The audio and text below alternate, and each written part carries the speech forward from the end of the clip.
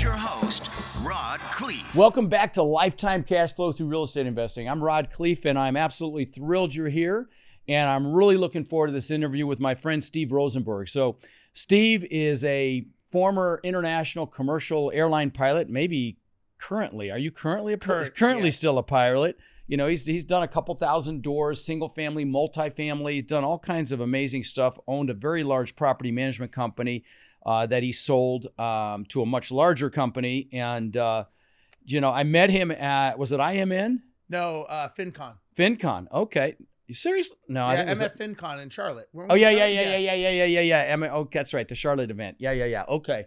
And, you know, we hit it off and I'm like, dude, I got to get you on my show. So here we are, man. Here we are. Thanks for having me, man. Good to have you here, brother. So, well, listen, I just completely screwed up that bio. So why don't you just tell us who you are in your words, you know, give us a rundown on who Steve is and, you know, why real estate and all that. Well, you know, I never thought I would be into real estate, right? I'm one of those second generation type people that this was never my dream. I never thought I'd be here doing something like this because my only dream or passion growing up as a little kid was to be a pilot.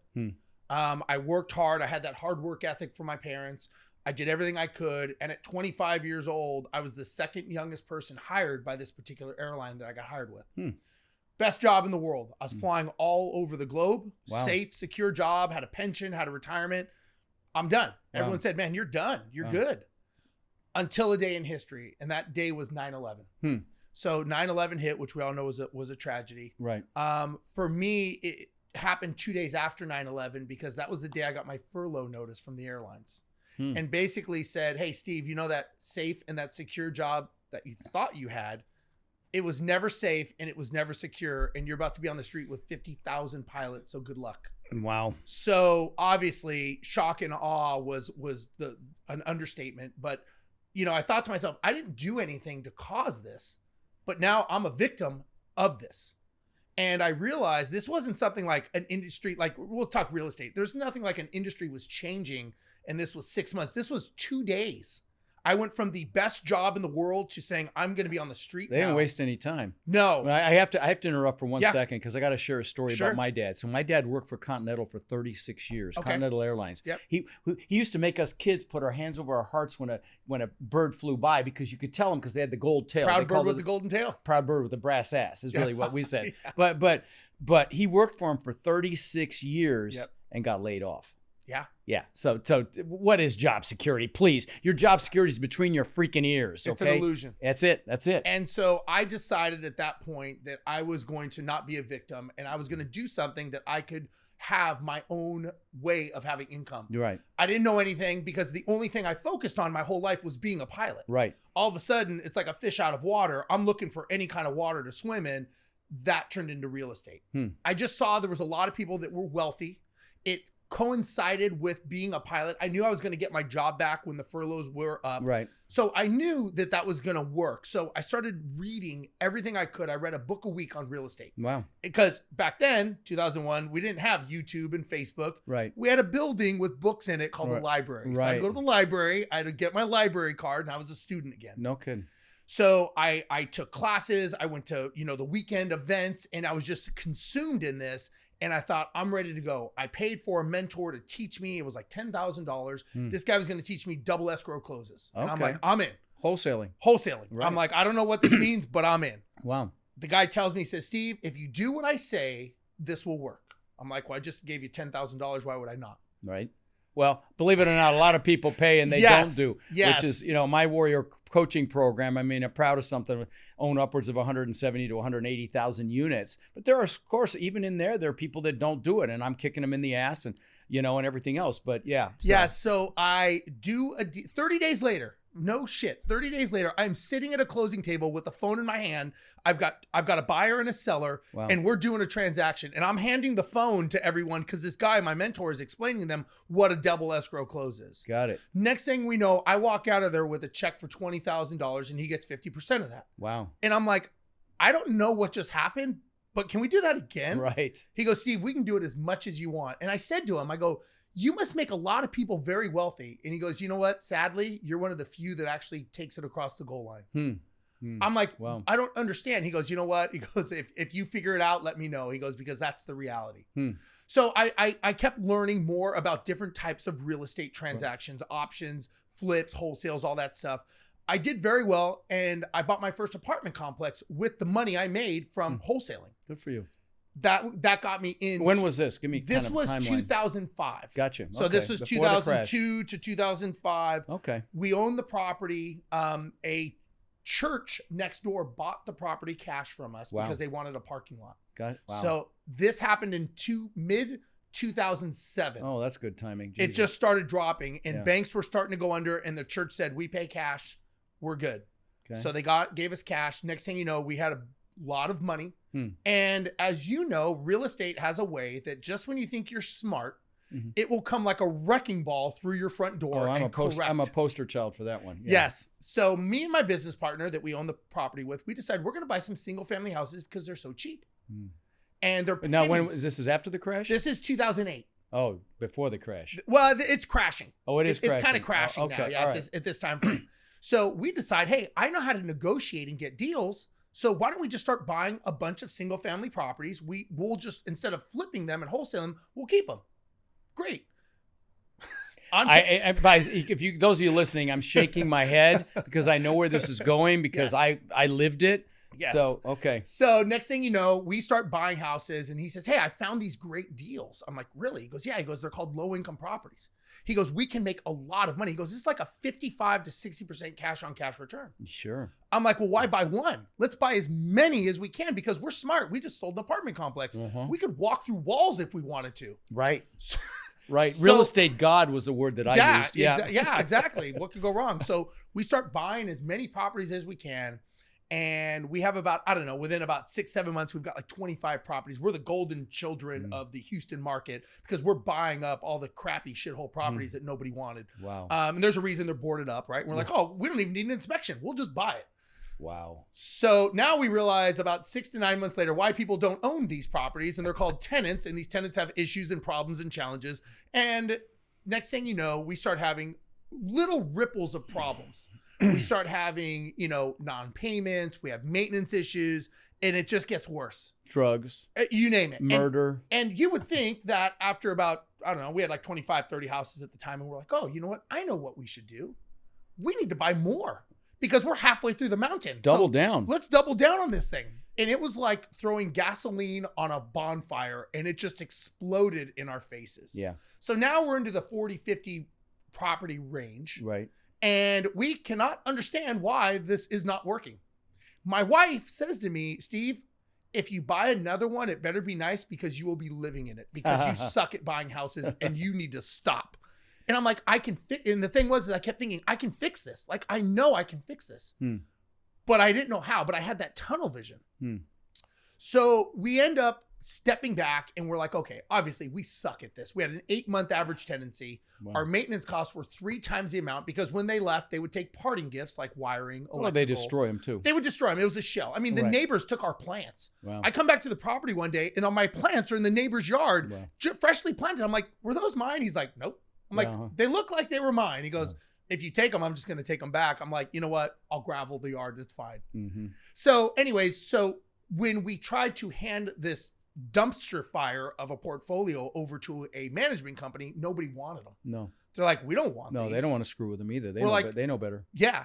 So we had to sit down and create a management company for self-preservation. That was the only reason. We started managing them ourselves. We started putting in systems and structure. Hey, we started running it like a business, Right. which we were not doing. And all of a sudden, things started to click and people started to approach us and ask us, hey, could you manage our houses? Right. And at first I thought, no way, I don't want your shit. I don't Right. want your problems. I barely figured out mine. But then And I this thought, was where exactly? this is in Houston, Texas. Houston. And this is about 2011, just to So, give you some so time was one frame. of you licensed to be able to do other? No, were you we didn't bringing know it? anything. We Oh. had no idea. We were just investors that owned properties. Okay. So we So you were managing illegally. we were basically. doing everything that you could imagine wrong. I'm sure the statute is out by now. Oh right? yeah, you're probably So- good, but yeah, guys, you don't manage properties No. for other people unless you're a licensed real Correct. estate person. Okay. Correct. Okay. And so we are just going down this path, and all of a sudden people are coming to us and they're handing us their properties and handing us their properties. Now we have like 100 properties. Now we're talking single families too. It's all which are single family a pain at in first. the freaking ass Right. to manage. Now, Okay. we had a 52 unit complex that we were managing it out of. Okay. That was in one of the worst parts. Like Drugs Inc. was filmed there twice. No kidding. Just to give you a point of reference Yeah. of this complex that we were Right. running it out of. Right. But it was free rent and Right. we had no money, so it worked. Okay. So as we started growing this business, it was more problem after more problem. And what I learned was as I put in more work, it got worse. It didn't get better. 60, 80 hours a week. People are yelling at me. Everyone's stressed. By the way, in the management business, nobody calls you when they're happy. No. Owners or tenants. No. Okay. And you burn out. Oh I my mean, gosh. I've owned a management company for decades, and my managers burn out because Yeah. they can't take it. We're like the trash men. Nobody Right. wants us, but they need us. Right. And right. so next thing you know, I'm like, but there is a business here. It's scalable. I just have to figure this out. And so as we're going through this just a shit show of problems going on, next thing you know, I'm like, you know what? We need a customer service. We need to give better customer service. Like that's our problem. Okay. Everybody hates us, but we can be nice. So we hire we bring in a customer service consultant and we're like, hey, we need to learn better customer service. And he goes, well, tell me something that's a problem. We go, well, when we get a new client, handing them over to operations, what sales does and what operations delivers is polar opposite. So he sits us down. He says, okay, it was me, my business partner, and my senior manager. And he says, okay, you two go out of the room. Steve, you sit here. Okay. And he says, okay, I want you to tell me in detail how this is handed off. So I go through the process. I'm like, we do this, we do this, we do this. And he's writing it down, writing notes, caricatures, pictures. I don't know what the fuck he's doing, but he's doing all this stuff. Right. And so next thing you know, he goes, is this how it's done? And I'm like, yeah, that's exactly how we do it. He goes, you go out, have your business partner come. Yeah.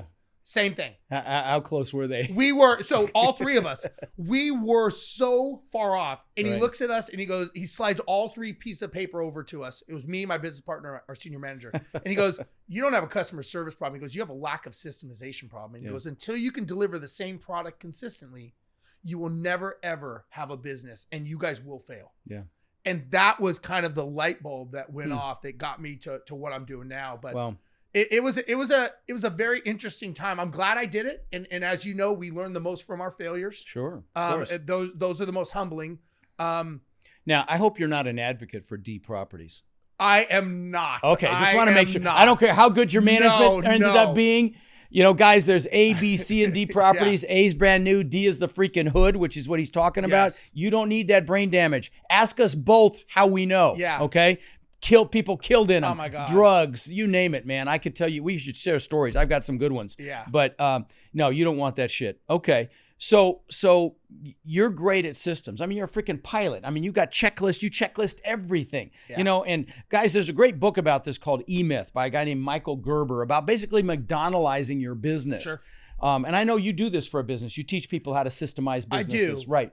Right. You know, there was another book that I read at the time. I read E-Myth and Right. it obviously it revolutionized how I Right. thought. But another book that I read that was equally as well was called Checklist Manifesto. Checklist, man. Oh, I'm going to check And that that out. was a doctor who was trying to standardize the medical field because of so much malpractice. And so he was looking at how do I standardize this industry Nice. because there was no standards. So guess where he went to learn how to standardize? Where? Boeing. Oh, no kidding. He went to Oh. Boeing and Wow. they said, so they showed him how the checklist and systems run inside of a Boeing 787. I saw a documentary on well, really the kind of revolution that Boeing went through, how they had delays in their deliveries Yep. and so on and so forth, and the hundreds of thousands of parts and miles of wire that goes into a plane, crazy. and how they systemized that and turned it around at Boeing, Yeah. believe it or not. And Yeah. I'm sure you've heard of this too, I but have. extraordinary transformation that they made to get, to be able to deliver planes on time, because they were getting their ass kicked by the French one. Airbus. I forgot Airbus. Yeah, exactly. And so anyway. it's So, just- you know, the book, the Checklist Manifesto, as I read this, I thought, wait a second, like I'm a pilot. Right. Maybe I could figure this out. duh. So one day I'm sitting, imagine this. Everyone probably has been to an airport or Sure. been on a plane. So one day I'm sitting, so I fly a Boeing 777, Gotcha. which is a wide body, very large aircraft. So I'm sitting at the gate one day and I'm racking my brain. I'm like, how do I figure out systems? He said lack of systems. So as I'm sitting there, I watched this, and I was taking the plane out to depart, and I was waiting for this plane. This plane comes into the gate, and I'm sitting there and I'm watching this plane come into the gate. And as this plane comes into the gate, all of a sudden, I see all the passengers getting off. I see the cargo doors open. I see all the luggage. I see all the ramp agents dispersing all the bags wherever it's going to go. I see the fuelers hooking up these fuel lines. Now, fueling takes about an hour because it holds 230,000 pounds of fuel. Maintenance is walking around doing all the safety of flight items. Cleaners are cleaning the inside. Catering's catering. Flight attendants are checking safety items. And the pilots up front, we're checking all the routing, destination, all that stuff. And I'm sitting there watching all this, and I'm like, all of a sudden you have this light bulb moment. And I'm like, none of this is happening by chance. Right. This is a system. And in 1 hour, the plane gets boarded again, all the luggage, all the fuel, all the food gets back on the plane. And within 1 hour, that plane pushes back into parts, and not one person has to talk to anyone else to make this happen. And this happens 24 hours a day, 7 days a week, everywhere in the world. Yeah. Because of the system. And I thought, if I could do this in my business, this is the answer. Every business is nothing but people and systems. It's just repetitive tasks done over and over again. Every business is nothing but people and systems. You get the people right, you get the systems right, success is inevitable. You know, I saw a documentary on cruise, because I just came off a cruise last week, and they have one day, they got to get all the passengers off by 9. They got to load hundreds of thousands of pounds of food and water and alcohol and everything else. And then they got to clean it and turn it over in one day and start boarding within really, it's more like a 3-hour period. And it's kind of the same thing. It's massive systems. It's the same. And what happened and that's how we were able to scale our company. We started working with virtual assistants in Mexico. Oh, no kidding. 60% of my company was operated out of Mexico.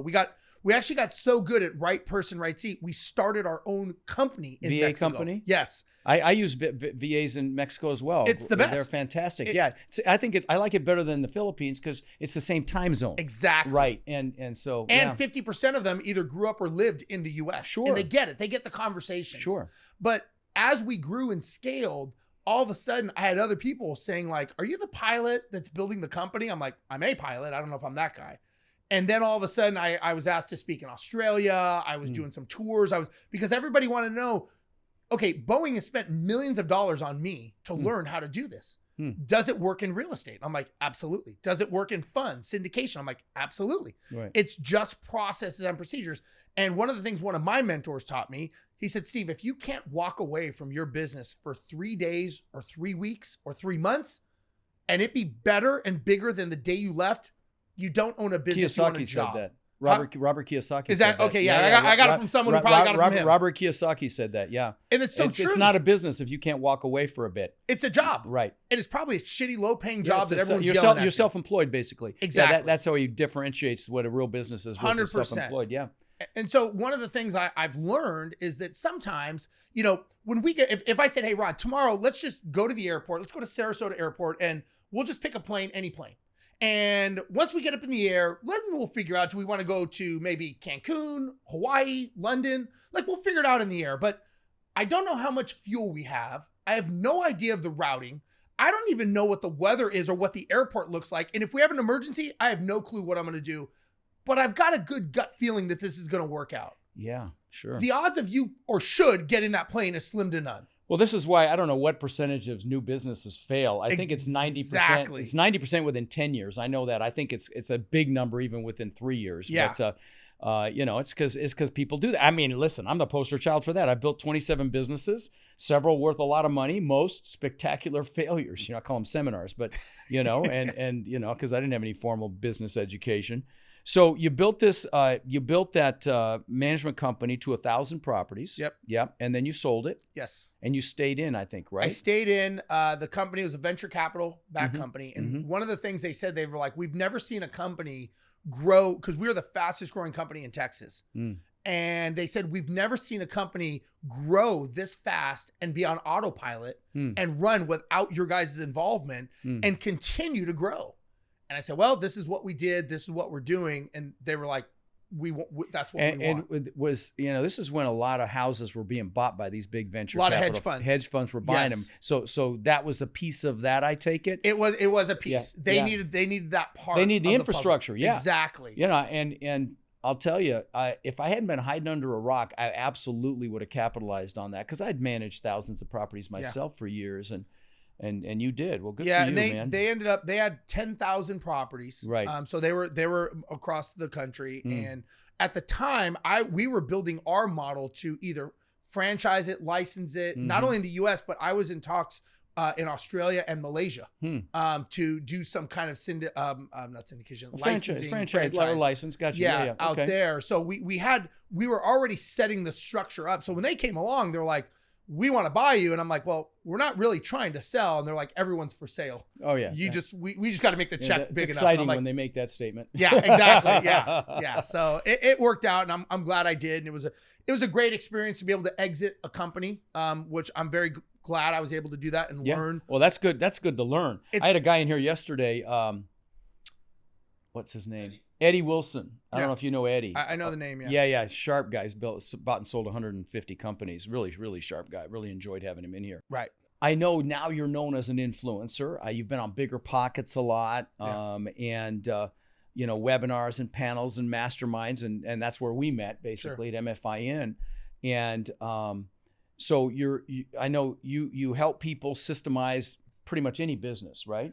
Yeah, it boils down to when you remove the people, right? And this is just my opinion, and people can say I'm wrong, but when you remove the people and you get down to the core of a business, I've learned there's 3 cornerstones to making a business successful. Let's talk about that. Yeah, and so the biggest challenge with businesses is the owners. It's the ego and pride, as we know. They feel that they have to be the superhero. And they're always the bottleneck as well. They're always the bottleneck. They are the reason that businesses fail. Right. And so I've learned that if you can take the humanization out of it, now the humanization makes it better and it will enhance it, but it shouldn't be the core. And so there's 3 things that I'm happy to share them. No, wait a minute. I want to back you up for a second. So the humanization piece. Okay. What do you mean when you're saying that you're kind of negating that a little bit? Tell me what you mean by that. So just so I understand. And this is my perspective, is a business should be 80% systematized, 20% humanized. Oh, okay. So meaning you get a rock star person in your company. And let's say now everything is dependent upon that person. Okay. And all of a sudden that person says, hey, you know what, Rod, I don't like you anymore. I'm going to leave, or you give me a 45% paycheck. Right. Now you're hostage. Right. Now you're going, oh shit, what do I do? Now I'm scrambling. Yeah. And so, or they go, you know what? I'm just stressed. If you don't get me someone, I'm going to quit. Right. And now you're not hiring proactively based on the growth of your company. Right. You're hiring reactively. Very good. And point. now you're on your back heels. But if the system was set up that they are interchangeable, I'll give you an example. As an airline pilot, the company I work with, they have 16,000 pilots. I'll be heading to Tokyo this weekend to fly a trip. Cool. If I'm in Tokyo and all of a sudden I call up and go, yeah, I'm sick today, I'm not going to fly, the whole airline doesn't shut down. Right. The CEO of my airline doesn't show up in Tokyo and go, hey, I'm going to take this today. There's a system in place that I am interchangeable. Right. So my point is yes, we need humans to fly the airplane. Barely, but we need it still. Right. But we are not the linchpin that makes or breaks our lives. And when you put all of your eggs in that basket, which we've all done. Sure. I've had it done many, many times. And all of a sudden that person decides, I'm in control here. Right. I'm going to start making some decisions and I'm going to stick it to Rod just a little bit more. And look, we all know the reality. When someone leaves, they really left 3 months ago. We just failed to see it. Right. That's the thing. So if you can build a business with these 3 things that I talk about, you will be able to grow and scale, and they will enhance the business, but they will not be the key factors that make your business survive or fail. Yeah. And by the way, this applies to any real estate business, any syndication business, all that. So what are the 3 things? Okay. So the first thing is monetization. Yeah. Okay. So monetization. How to make money. How to make money. Look, at the end of the day, I don't care what anyone says. We are here to make money. Duh. Let's just put, are you for profit or nonprofit? Even nonprofit makes money. Sure. So there are 2 things to making money. There's marketing and there is sales. Very rudimentary.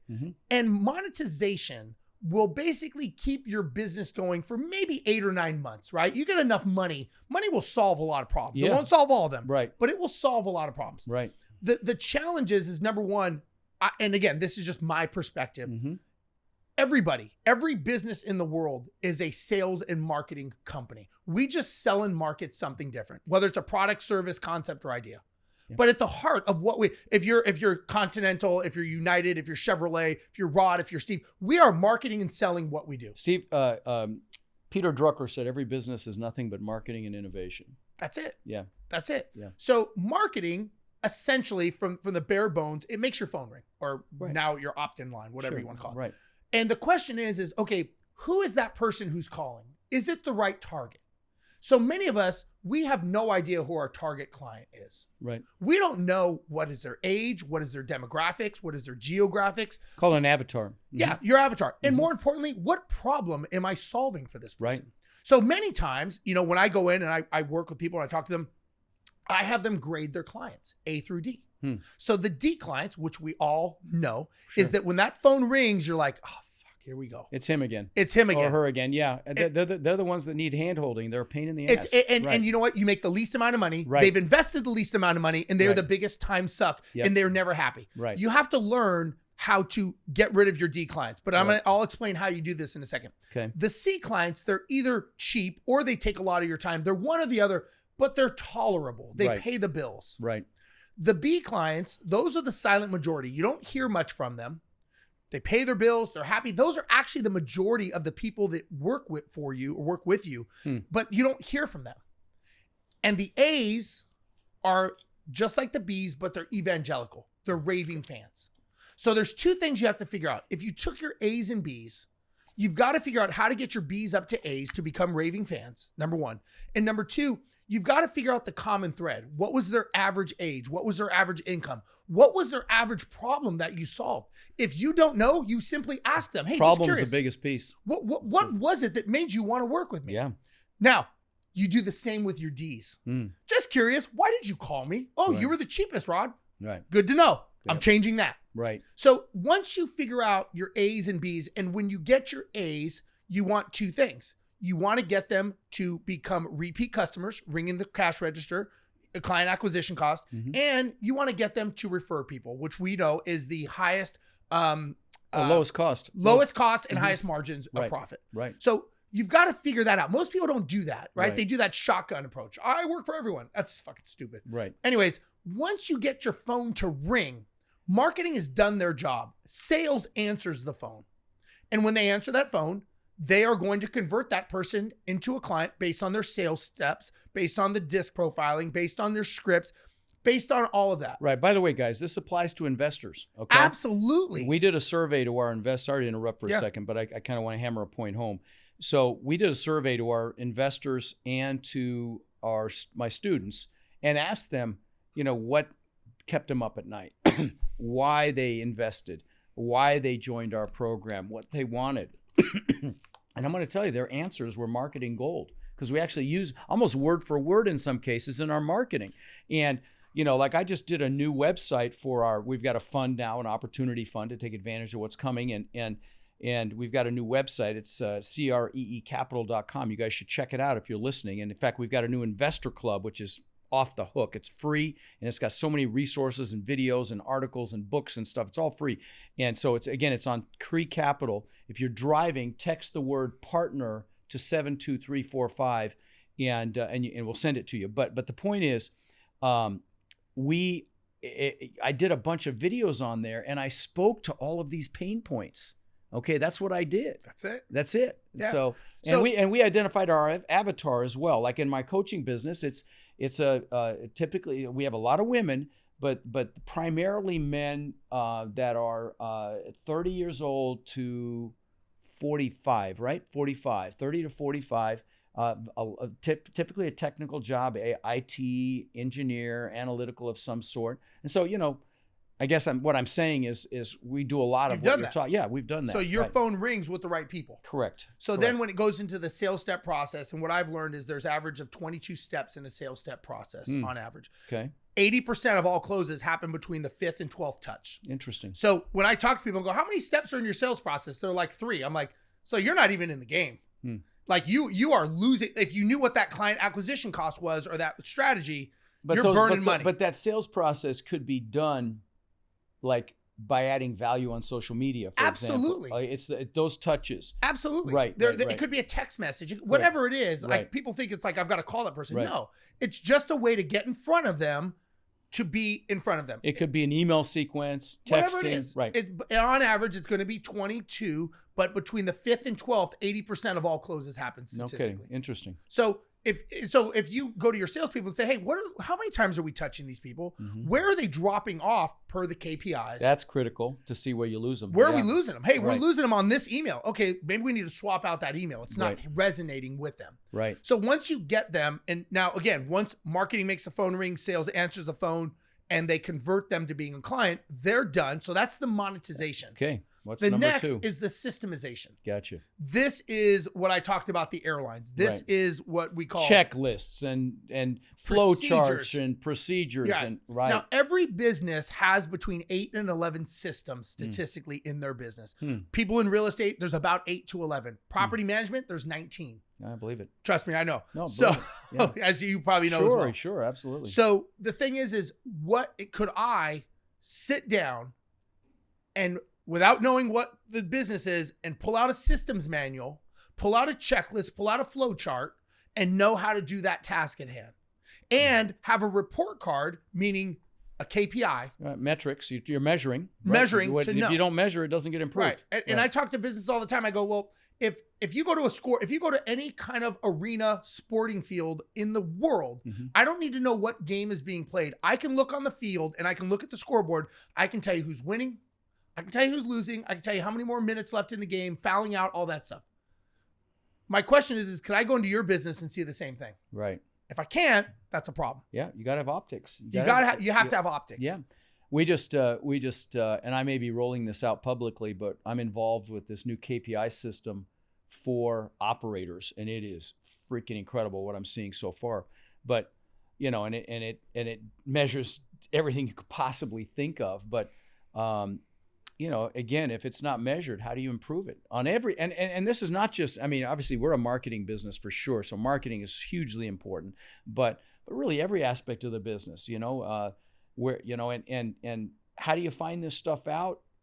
By talking to your clients. You got to be client facing, right? And this is why, I got to meet the owner of Zappos. Unfortunately, he died, Tony Shea. But they were completely client focused. They focused on, and Amazon does the same thing. Focus on how do they make the client experience better. They don't focus on how they make the company better. How do they make the client experience better? And by virtue of that, the company becomes better. Absolutely. Yeah. And one of the things I when I talk to people, I tell them one of the first questions I ask people when I sit down is, what's the sale date of your business? And they're like, I don't want to sell it. Right. But that wasn't my question. Right. My question was, when is the sale date? Because if it's not a business that runs without any of your involvement on systems, procedures, it's not a business. It's a job. Right. And the more valuable you are in your business, the less valuable it is to anyone else. I don't want to buy Rod. I want to buy Rod's company. Right. Rod wants to go and hang off and retire. Right.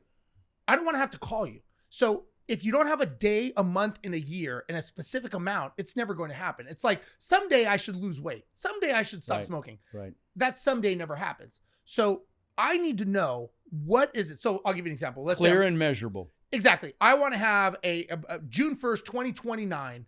I'm going to have a $50 million business that's doing 35% profit margins, and I'm working 5 hours a week. Now we have a goal. Now in flying, we know where we're landing. Mm-hmm.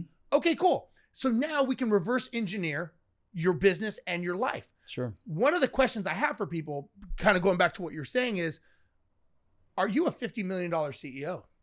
Do you act like it? Do you talk like it? Do you walk like it? Or are you a $50,000 employee faking it, doing all the stuff you shouldn't be doing? Good question. You're never going to see the $50 million. You're never going to see the $50 million opportunities of the customer experience. Good question. Because you're an employee and you have that employee mentality. There's nothing wrong with that.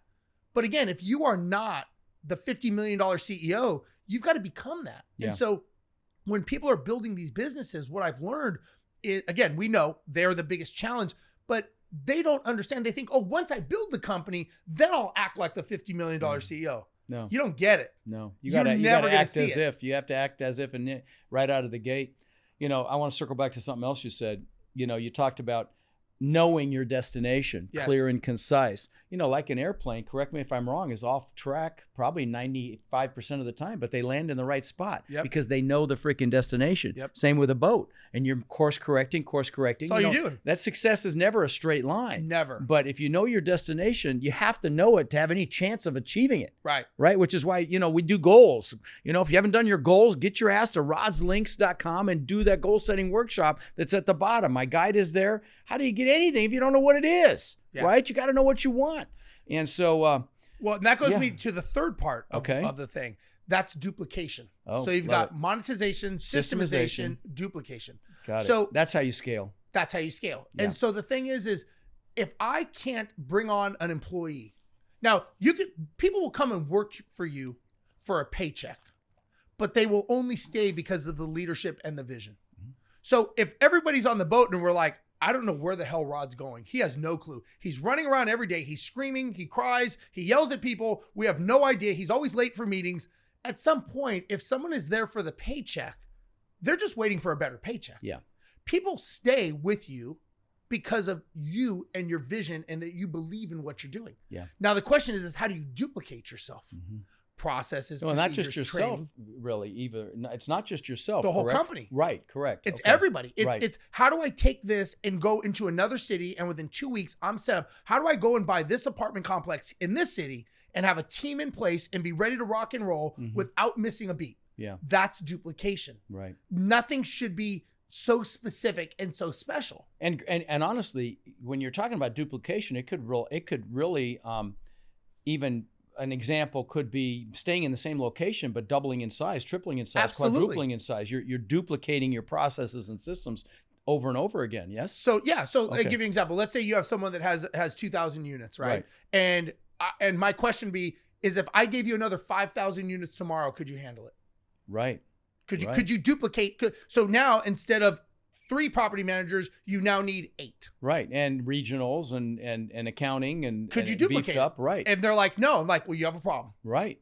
You know, and that's the challenge because they don't know how to duplicate. Like you said, it doesn't have to be in other cities, but just the staff. And So let's team. go micro a little bit. Okay. Okay. I mean, I know the answers, but I want you to express them. Sure. So let's talk about the process a little bit. Okay.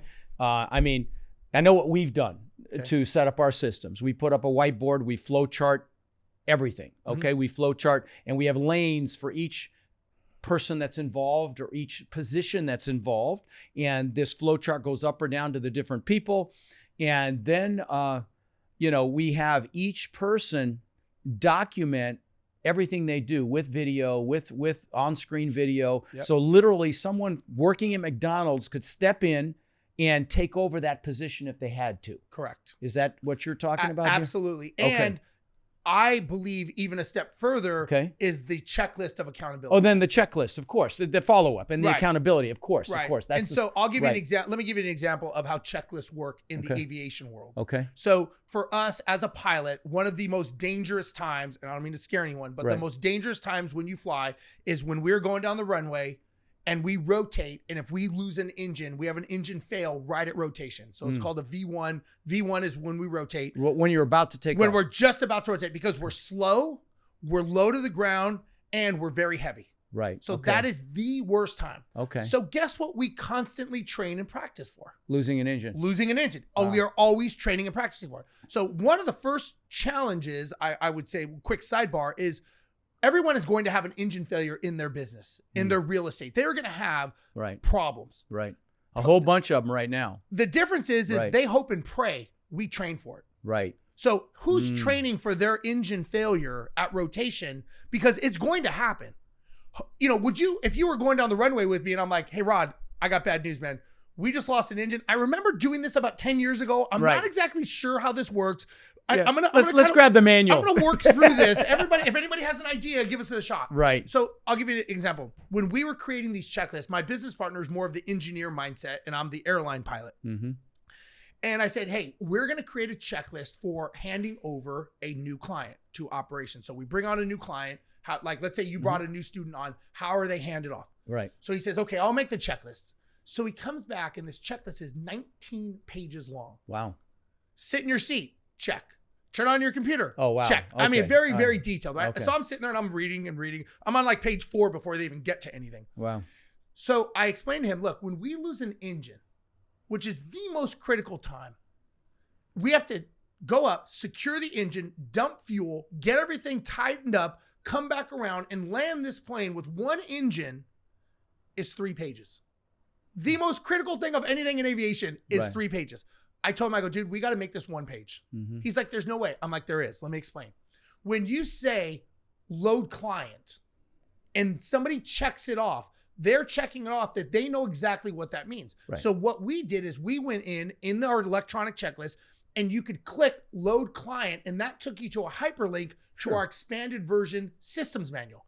And it detailed 2 pages of what it meant to load a client. Gotcha. Yeah, you're just backing it up a little bit. Just backing it up. Paragraph headings. Exactly. Right. So the checklist, a lot of people do checklists by rote. Check, check, Right. check after they do it. That's not how you do it. It's do it, check it, do it, check it. And you're chunking as well. Exactly. Correct? You're chunking stuff together. Yeah. Right. And the other thing that's a big no-no in systems, and I don't know how you do it, but if you and I had a system and I took it and I do all my tasks and I hand it to you, it should never come back to me. Correct. I'm done with it. Correct. Many people flip-flop it. And anything that has human interaction has a chance to get missed. No, we don't do it that way, but that's smart to do it that way for sure. Yes. No question. That's the best way to do it. If possible. I'm trying to think when we couldn't do it that way, but let's not get that micro. But the point is, no, that makes absolute sense to me. Yeah. And so the key is you've got to systemize it. Mm-hmm. Then you automate as much as you can. You Yeah. use technology. No, I was going to go there with you. You know, when you said you hand it off to somebody, I was going to say, I hope that's automatic. Automation. Done if you can digitally. automate it through software technology, that is key. Because look, softwares and technologies, they don't get sick. They don't make mistakes. They don't. If all of a sudden John is gone for a week, we're like, holy shit, nothing's gotten done here. What the hell? Right. So that's why you've got to use the system. And then I'm a big believer in outsourcing. I'm a big believer. 60% of my company was outsourced to Mexico. Wow. And you can imagine with a large company, we had a lot of operations going on down there and it worked seamless. Yeah. And when you outsource to VAs, by the way, it's not like hiring somebody here domestically. Okay. No. It's fantastic. The price point is fantastic, but the training is different. The hiring is different. A lot of people think they can just hand something off to a VA and it's done. No, you've got to line it out step by step. You've got to systemize it. You've got in advance because that's how they work. You got to hand it to them step by step, show them with screen share videos, and then once they've done it, then they've done it, and you're good. But and one of the big reasons I've learned why people fail with virtual assistants, number one is they try to lead through abdication, meaning they just give it to them and they hope and forget it, or they give them everything. You give them one task at a time. And what I recommend for people on the show, what I would recommend, people go, I don't know what I would offload. Any low level, low enjoyment task that is a low income producing activity is the first thing. So how do you know? You measure it. You do a time study. And I recommend anyone who, and I'm not trying to tell you how to do this, but anyone who comes in, you do a 2-week time study. If I said, hey, Rod, stop doing stupid shit. You're doing things that are below your pay grade. You're going to go, no, Steve, this is important. I need to go to Home Depot and look at So these talk SKUs. about what a time study is. So a time study, this is one of the most eye-opening things that I have people do. It's a simple spreadsheet.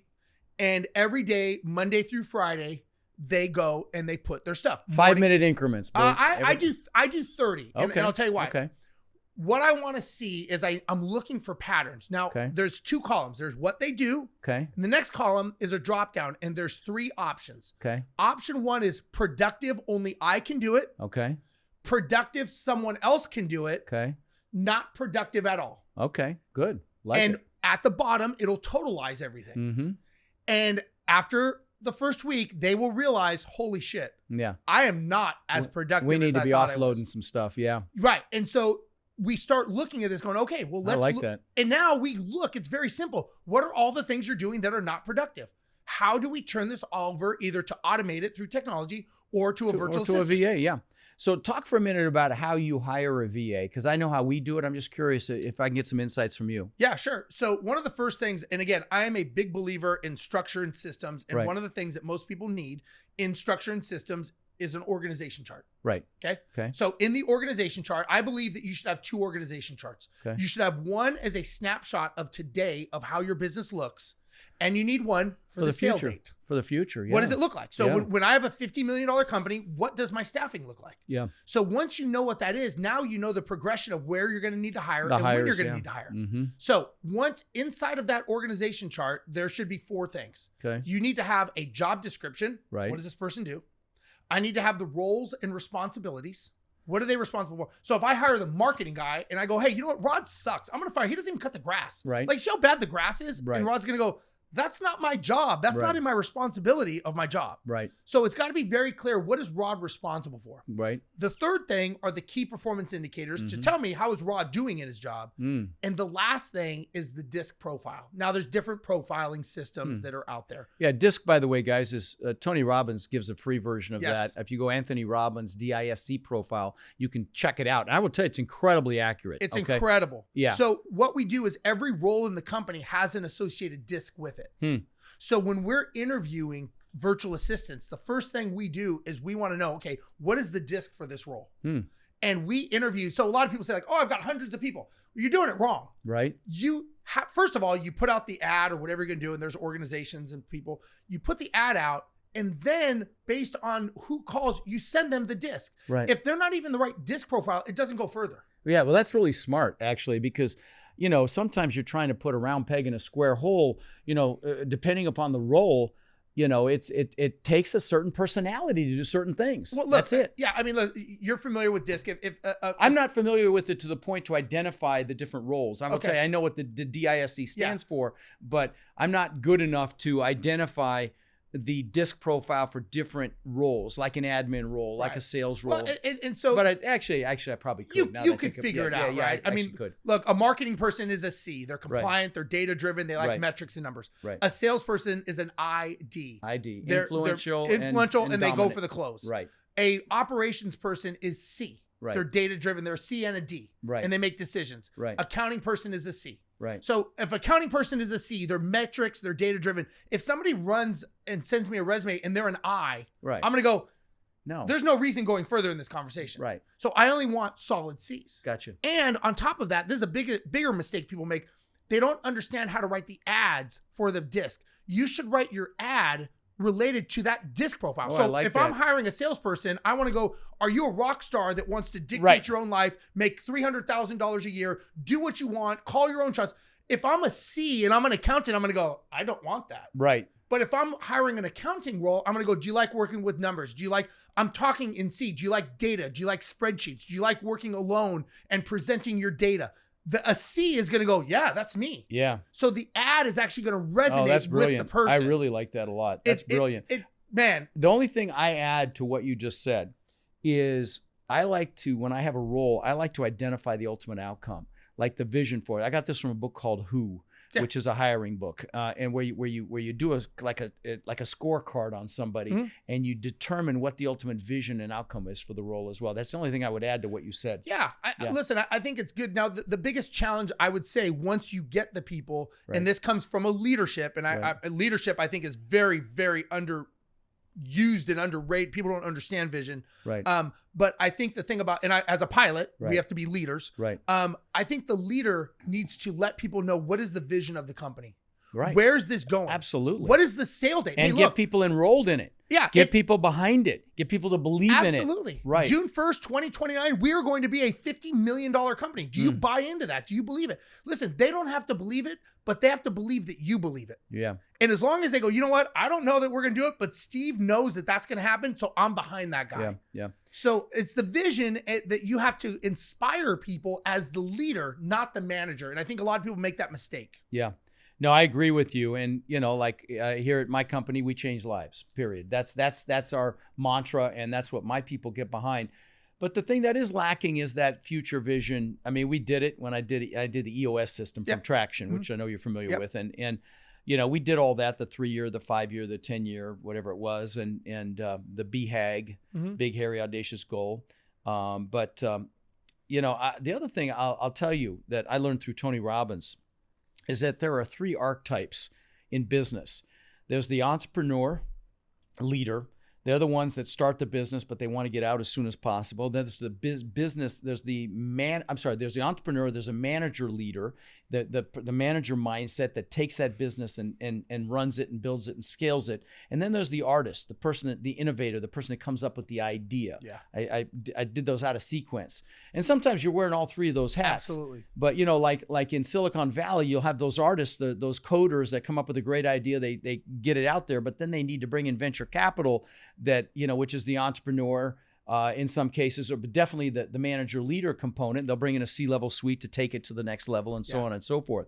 Do you agree with that? Absolutely. And, you know, EOS has the visionary and integrator. So that's right. Yeah, that's right. I mean, basically, the one thing I've learned is however we want to quantify it, you're not going to do it on your own. That's right. That's the one thing I can say. And, that's right. You know, there is such a difference, and people do not understand. I don't think good leaders are born. I think they're created. I agree completely. And I think that, you know, I shouldn't say no. Many people focus too much on being a manager, and they think they're being a leader, and they're not. You know, the leader is the one who inspires them. They have the vision. They say, hey, we're 50 million. We're running. We're going. I'm going to charge this hill. Everybody run behind me. Right. The manager stands behind him and says, if you don't get that fucking hill, you're fired. Right. So you got to have both. And pushes sometimes from behind. Absolutely. Yeah, and the leader in your definition, I think, is the entrepreneur archetype that I was thinking about. You know, that visionary that makes it, the visionary in the OS system. The implementer is the manager leader that brings it home. Yes, the metrics, the data. Yeah. And then there's that artist, which is the innovator that originally came up with the idea, which is very often the entrepreneur, or,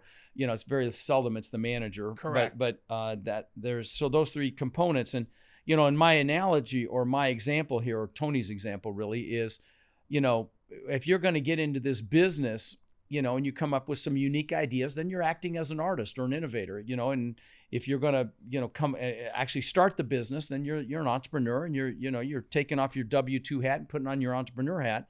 But very often you need help to take it and really run it, like that manager leader role, that implementer role in the EOS system, or somebody like Steve who helps you systemize. Well, I think everybody, when we set our ego and pride aside, right, you've been down that path. Oh, you've many done times, many times. So I think of Michael Jordan. To me, he was the best athlete on the planet. Right. When he was playing for the Bulls at his peak, he had 5 coaches. Yeah, I talk about this when I talk about my boot camp. Right. And to me, it's like, it doesn't make sense. Like, why is it that everyone knows that? I mean, if I played for the NFL, if I was a boxer, I would have someone helping me. Multiple people. Yeah. I've got. How many coaches do I have right now? I have a life coach.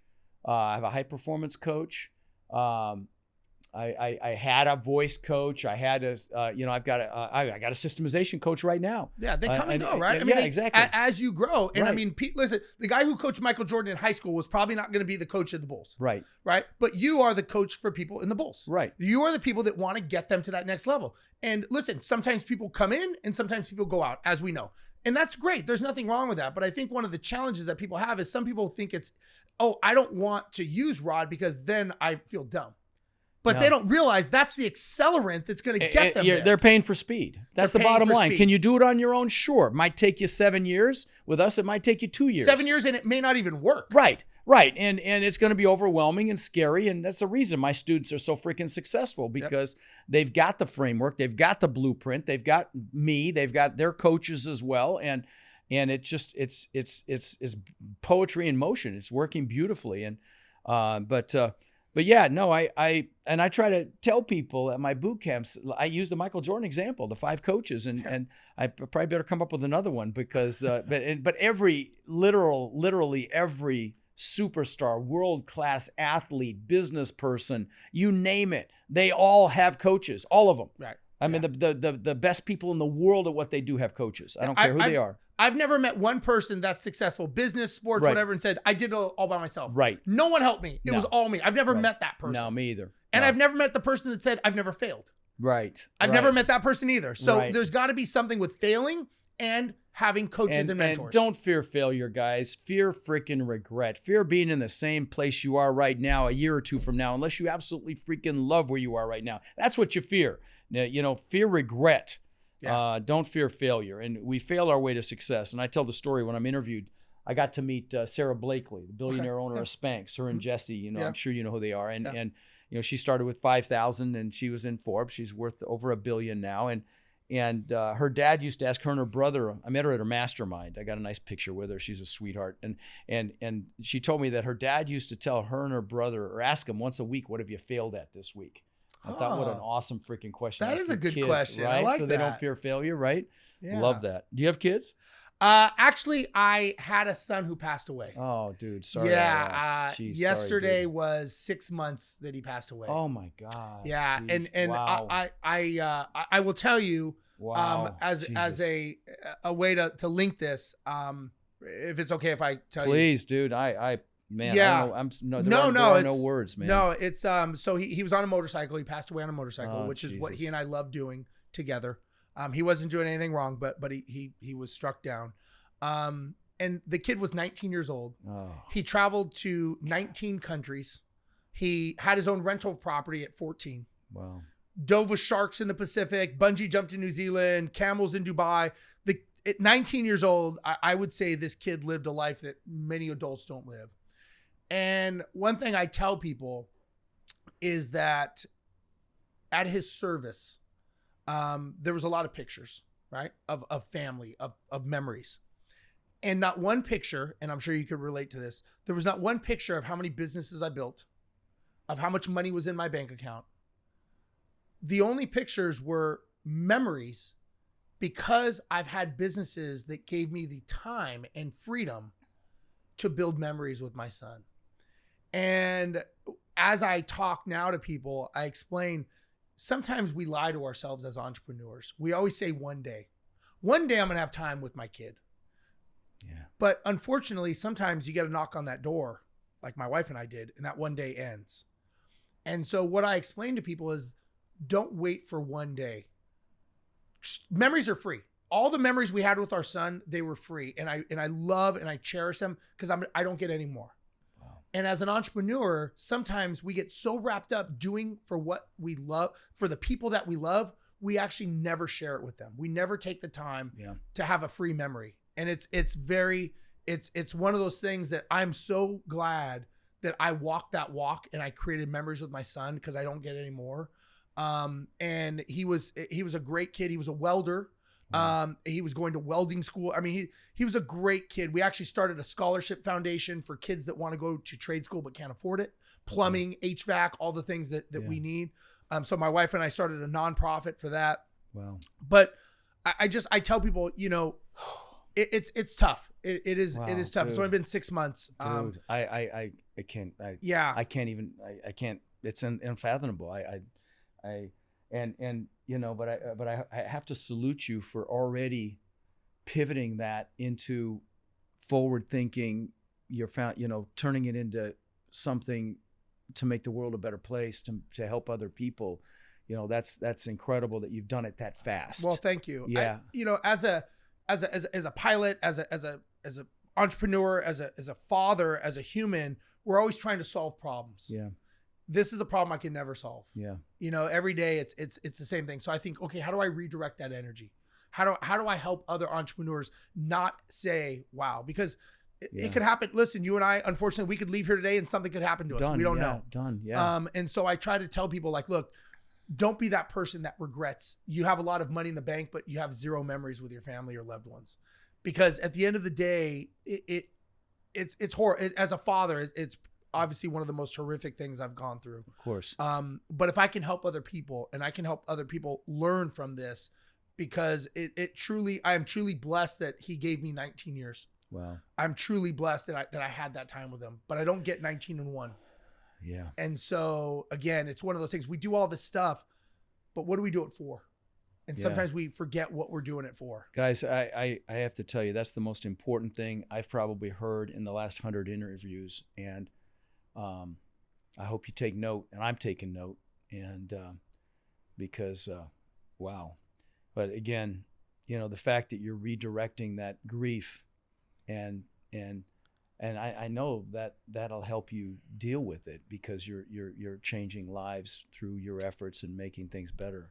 I'm trying. I'm trying. Yeah. It helps me. It's kind of helps me with my grieving process. Sure. So by me helping other people, that's how I can direct it. And a lot of people say like, Steve, I don't know how you do it. I'm like, I don't have a choice. You say like, I didn't choose this to happen. So I can't choose.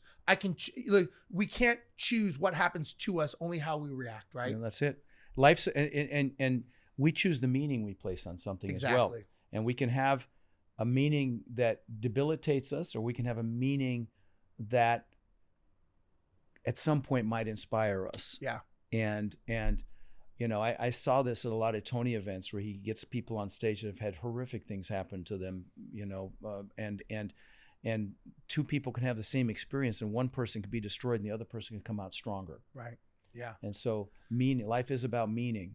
Yeah, right? It is. And it's, again, we do what we can and we get by, and that's Is your wife okay?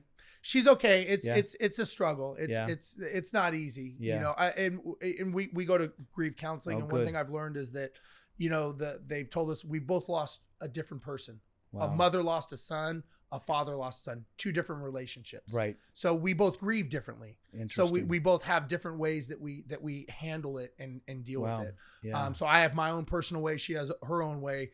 And it's tough because it's, again, you never think that you're going to bury your child. And he was our only child. So it's, it puts a lot of things into perspective. Wow.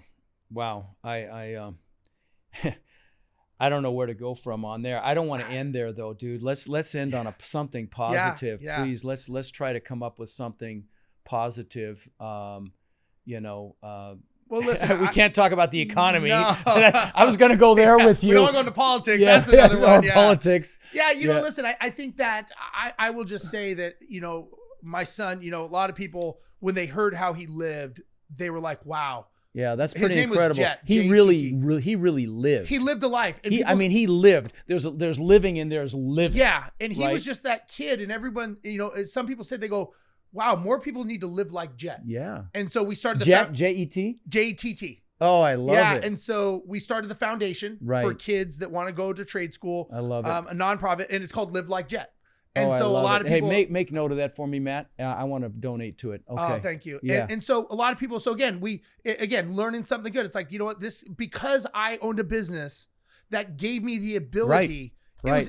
There's the message. Otherwise, maybe you were busy trying to grow your freaking thing. Right. And you didn't have time. Yeah. And God, that makes it 100 times then worse. There's regret. I wish I would have went on vacation to Disney World with them. I wish I would have done this. I wish. All the things you did. I can say, man, I'm glad I did. Right. I'm glad I did these things. Glad you were able to. Yeah. And you created that life to be able to do that freedom to be able to do that through your systemization, through having a life. Right. And at the time I didn't know it, but now I'm so fortunate that I could do that. And we went to Australia, we went to all these places. I'm thinking, wow, how freaking cool is that, man? So if you're listening and you're grinding through a W-2 and you have children, I hope you take note of this, okay? Because I don't care if you come work with me. I don't care if you do multifamily. I don't care what you do, but you better freaking do something, okay? Can you imagine having this happen to you if you're in that situation and you don't have those memories? And you know who you are, and I love you, but please take note of this. Yeah, I think you massively impacted a lot of people today, brother. I really do, and I'm really interested to see how Jet lived, and I know where the name came from, obviously. Yeah. And listen, like I said, I don't bring this up to make. I pulled it out of you, and I'm. In a way, I'm glad I did, but I'm sorry because it's, I probably should have warned you before. Yeah, I mean, I got emotional just sitting here listening to you, and anybody that's got children, it's unthinkable. But the fact, like I said, the fact you're able to pivot and turn it into something positive is and listen, my whole thing is if I can get people to think differently and they can go home and spend time with their family and loved ones as a result of what they've learned, then it's working, right? Yeah. Then I'm doing it. It's a very small piece. Life is rough, right? Nothing's guaranteed. We're not guaranteed anything. And so if I can get anyone watching this says, you know what? I do need to spend. Yeah. I can take my kids to the park. I can Right. take my kids to the movies. It doesn't even have to be this long. I don't have to That's go right. to African safari. Right. It's free. Memories are free. And Right. you know, the one thing I will just say real quick is I used to think to myself, when he and I would ride motorcycles together, we'd be riding side by side, and I used to think, this is the coolest fucking thing in the world, man. I'm riding with my son. We're just doing what we love. Right. And it was free. Right. It's like, you know, and I have that to cherish. Now, I also have a little bit of guilt because he passed away on a motorcycle. Sure. But by the same token, I have to think about this. He did what he loved doing, and I did what I loved doing, and we got to share that bond together. Yeah. And would it have been better to never share it? Yeah. And something happened? I don't know the answer to that, but you can second guess that to death. Exactly. Yeah. Exactly. But I will say, I've had a lot of people on social media, a lot of friends, people that we both know, reach out to me and say, man, you know what? I'm changing how I handle my family because of how I saw how your son lived. Like they're like, I really am changing because of the way Jet lives. So it's live like Jet? Yeah, livelikejet.org. So it's livelikejet.org.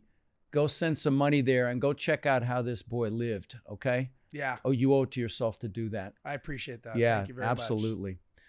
Well, listen, brother. Wow. I'm speechless, but this has been a really enjoyable conversation and a very valuable conversation for my peeps. And I'm really grateful for you coming down here to have it with us. And how do people get a hold of you?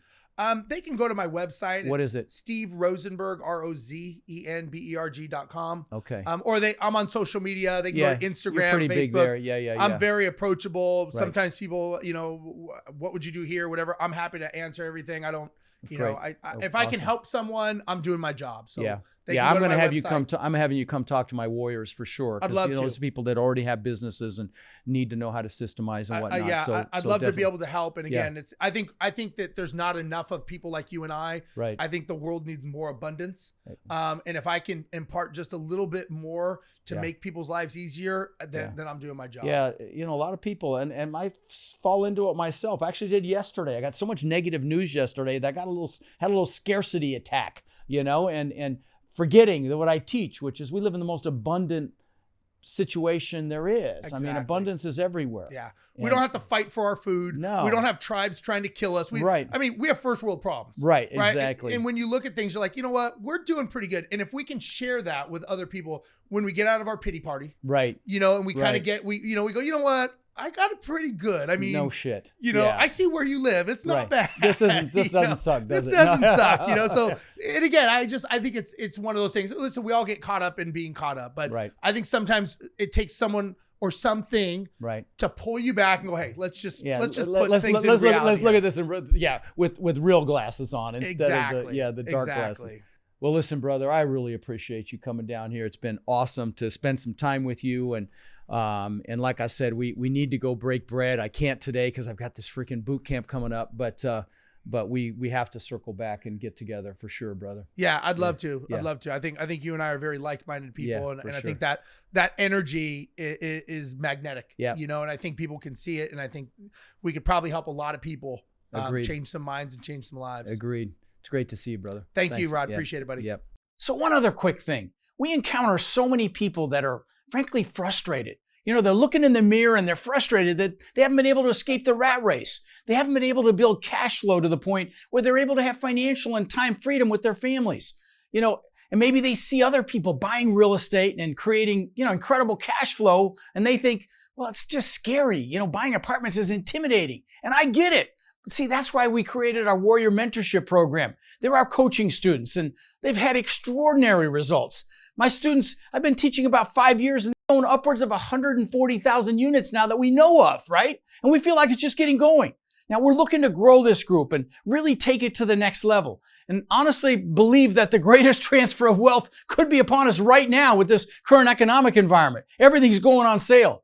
So we're looking for people who want to follow a proven framework, really like a blueprint or a map, literally step by step. And then they're able to leverage our systems and our incredible network to raise money and equity, to find deals and close those deals and build partnerships really nationwide. So if you're interested in finding out more about how you can become more in our incredible network and take advantage of the unbelievable opportunities that are upon us, you can apply to my Warrior Mentorship Program by texting the word CRUSH to 72345. Or you can go to mentorwithrod.com. And what we'll do is we'll set up a call so you can check us out and we can check you out and see if it's a fit. Now again, you can go to mentorwithrod.com or text the word CRUSH to 72345 to apply, and we will speak soon.